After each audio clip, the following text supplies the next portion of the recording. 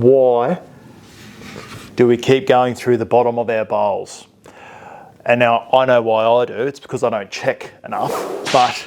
And no, you don't need to go out and buy heaps of stuff. You don't need to go searching high and low across all the internet to find this thing. It is that simple and straightforward.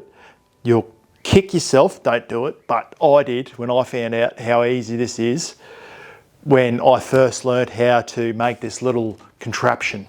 So all you need is a ruler, preferably a 300mm ruler, a 30cm ruler. I've got this one here, and I've also got an extra long one there. I use that when I'm processing timber, but it's just handy because they've got that real beautiful straight edge. The most important ingredient about this whole situation is a simple old-fashioned dowel. A nice bit of dowel. This piece here is, say, 470mm long. Now, it all depends on what type of stuff you turn. If you're turning big vases and things like that, you might need it a little bit longer. It's all on what you do. But this gets me by, and I turn large, really big bowls. I turn small bowls, and I use it for everything. When you cut it, make sure you cut it square on the end, so out of 90 to the dowel.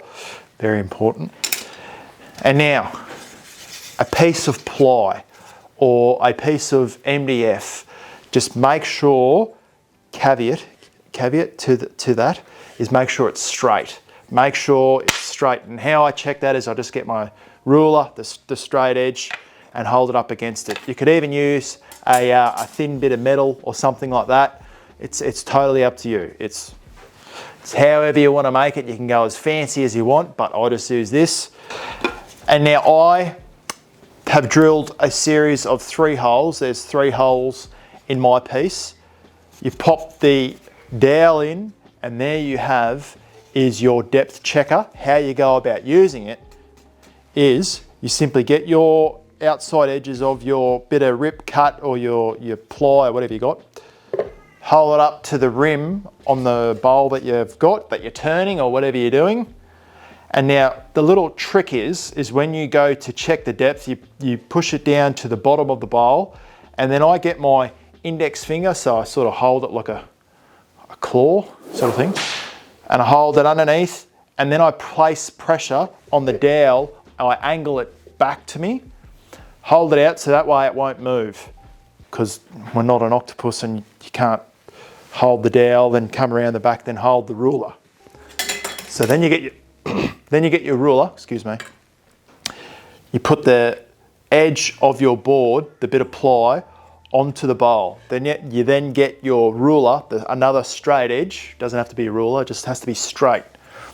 Place it on the foot that you formed, not the tenon, and then come up, and there is your distance, the thickness that you have left in that bowl minus your tenon. So, well, it depends on where you measure it from, but I exclude the tenon because that's going to be taken off at the end. There you go. One more tip. There's 2 tips in this video. So that is how you get around measuring the thickness in the bottom of your bowl to avoid going through the bottom. So when I'm turning, I have this close by. So I pull it up, I check it, and then I'm good to go. I go, all right, I've got 10 more mil there. Cool. I can do one more cut, one more light cut, and then it's happy days. So that is the most basic form of a depth gauge you can think of, you can get. That doesn't have to be fancy. But you go as fancy as you want. You make it how you want it to go. But that is it. That's it. I've got 3 holes here. The outside one, I bring out the banjo like so, and that way it's pressing that bit of timber onto the thing, and that way I can leave it there like that, get my ruler, and then check the depth. So I don't have to probably lock my headstock off. Then I don't have to worry about holding it and then trying to hold it, and then you could even go one step further and then get your ruler and then get real precise. You know what I mean? So it's all how you want to do it, but that's the reason why I've got 3 holes in mine. Now, the next tip that I talk about in my other wood turning videos, I always talk about when I go to turn something, I set it up like I set the foundations before I begin turning. And I've got this is just a set of dividers here, and I've listed some stuff in the description now because people have been asking me and emailing about the stuff that I use, and they are affiliate links, so I've never done this before. So when you click them, apparently I'll get a kickback or anything, but no, I don't. I just want people to know where I get my stuff from if they want to know, if it helps you. So first thing I've done is taped the ends of them, because when you've got a finished bowl, sometimes I've accidentally dragged the dividers up and scratched the outside, so it's quite annoying. So I've just taped the ends.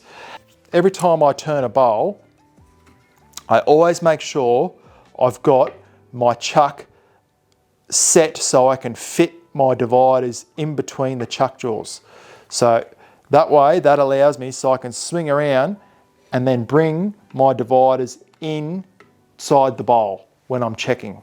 But I really hope this helps you out in avoiding going through the bottom of your bowls in the future. So thanks very much for watching, guys. I will see you and talk to you directly. Cheers, bye.